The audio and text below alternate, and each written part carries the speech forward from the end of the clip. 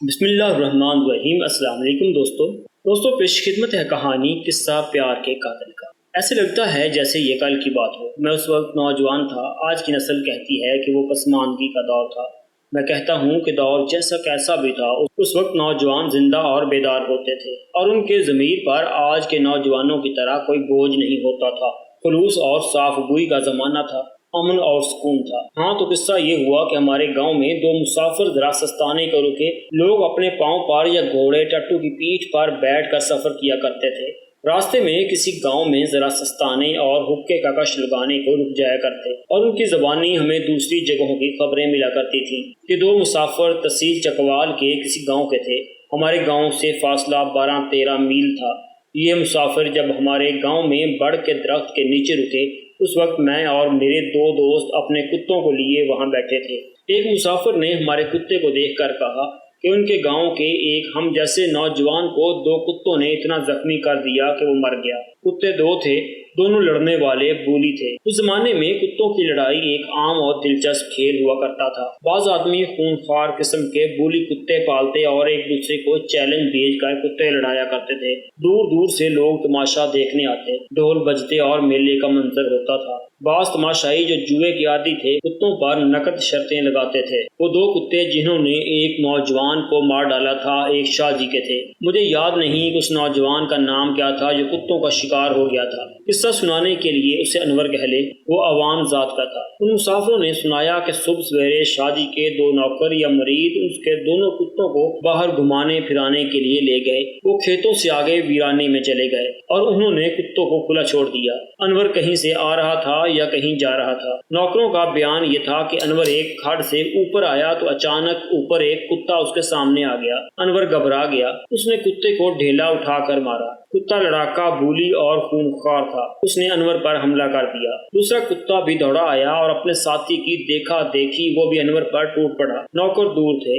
ان کے پہنچنے تک دونوں کتے انور کو بھنبوڑ کر مار چکے تھے۔ نوکروں نے کتوں کو زنجیریں ڈالی اور واپس آ کر شاہ جی کو بتایا کہ کیا ہو گیا ہے۔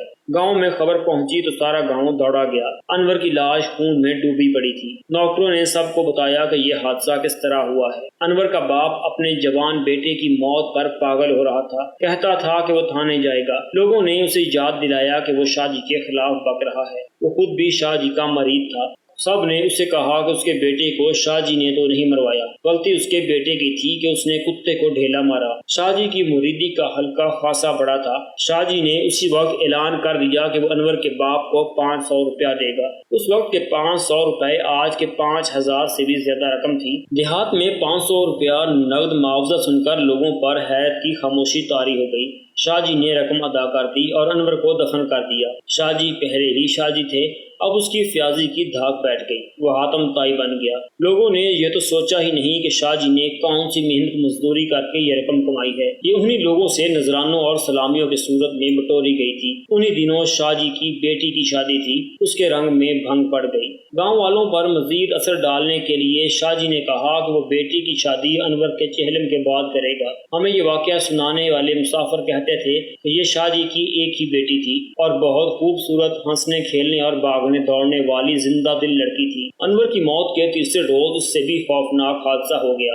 صبح شاہ جی کو اطلاع ملی کہ اس کے دونوں کتے مرے پڑے ہیں۔ شاہ جی دوڑا گیا اور اپنے کتوں کو مرا ہوا دیکھا۔ پہلا خیال یہ آیا کہ یہ انور کے باپ یا بڑے بھائی یا ہو سکتا ہے اس کی ماں کی انتقامی کارروائی ہو۔ شاہ جی کی پہلی للکار یہی تھی کہ اس یعنی انور کے باپ نے 500 روپے نقد لے کر بھی یہ حرکت کی ہے۔ ہم اس کا گھر جگہ ایک پھونک مار کر جلا دیں گے۔ مگر ایک اور اطلاع نے شاہ جی کے ہوش گم کر دیے۔ اطلاع یہ تھی کہ اس کی اکلوتی بیٹی کی لاش جس کی شادی ہونے والی تھی انور کی قبر پر پڑی ہے۔ اب بھی شاہ جی نے یہی شک کیا کہ یہ بھی انور کے رشتہ داروں کی کاستانی ہے کہ انہوں نے اس کی بیٹی کو گھر سے اٹھایا اور قتل کر کے لاش انور کی قبر پر پھینک دی، لیکن لاش کے جسم پر کوئی ضرب یا خراش تک نہیں تھی۔ بہرحال یہ کھوکھلا شک تھا۔ شاہ جی کے گھر سے اس کی جوان بیٹی کو اٹھا لانا انور کے باپ یا کسی اور رشتہ دار بلکہ ڈاکوؤں کے لیے بھی ممکن نہیں تھا۔ شاہ جی کو اور زیادہ شک کرنے کا موقع نہ ملا کیونکہ پولیس آ گئی تھی۔ نمبردار نے اپنا فرض ادا کر دیا تھا کہ فوراً تھانے اطلاع دے دے کہ شاہ جی کی بیٹی کی لاش قبرستان میں پڑی ہے۔ اس رپورٹ پر تھاندار گھوڑا دوڑاتا آدم کا۔ مسافروں نے سنایا کہ یہ تھانے دار سرگودا ضلع کا رہنے والا ہے اور اپنی ڈیوٹی کا بہت ہی سخت ہے۔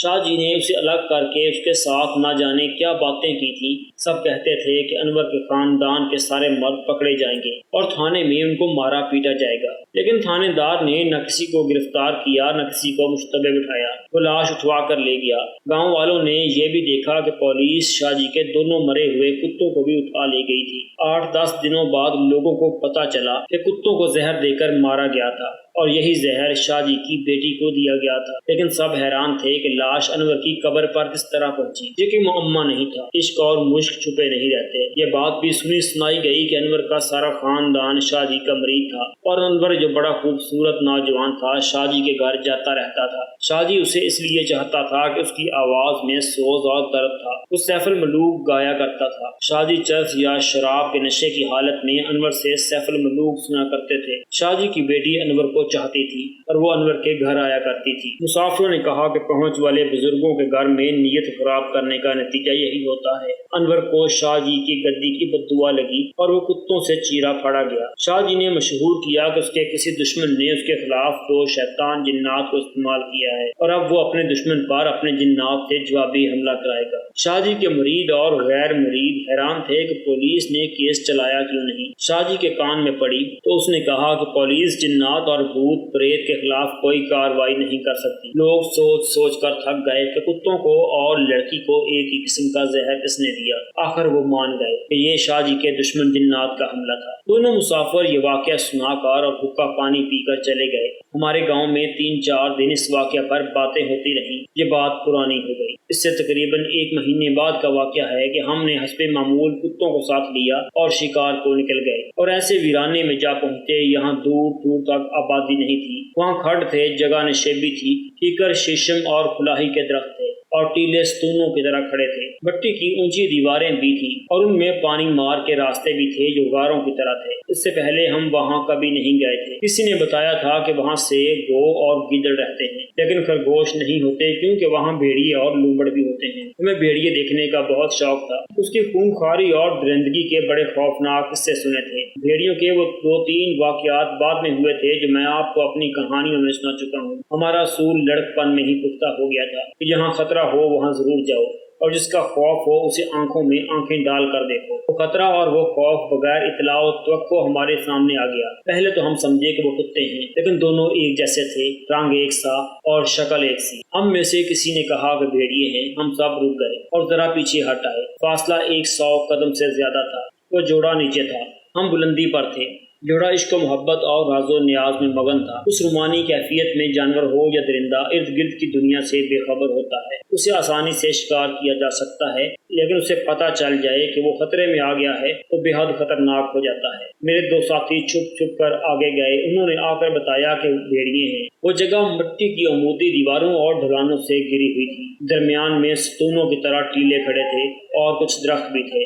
ہم دوسری طرف نیچے چلے گئے اور اندر جانے کا راستہ دیکھ لیا۔ اس میں داخل ہوئے تو بھیڑیوں کا جوڑا 10 قدم کے فاصلے پر کھڑا پیار و محبت میں مصروف تھا۔ دونوں نے ادھر دیکھا، دونوں دانت نکال کر گرائے۔ میں نے پہلی بار بھیڑیے کے وہ لمبے دانت دیکھے جن سے یہ درندہ اپنے شکار کو اور انسانوں کو چیرتا پھاڑتا ہے۔ سوچنے کا وقت ہی نہ ملا۔ میں اپنے دوست افضل کے ساتھ سب سے آگے تھا۔ ہم دونوں نے اپنے اپنے کتوں کی زنجیر کھول دی۔ درندہ اگر شیر یا چیتا ہو تو وہ بھی خطرہ دیکھ کر بھاگ اٹھتا ہے۔ یہ تو بھیڑیے تھے لیکن ان پر کوئی اور ہی موڈ طاری تھا۔ نر بھیڑیا گرا کر ہمارے کتوں کی طرف آیا۔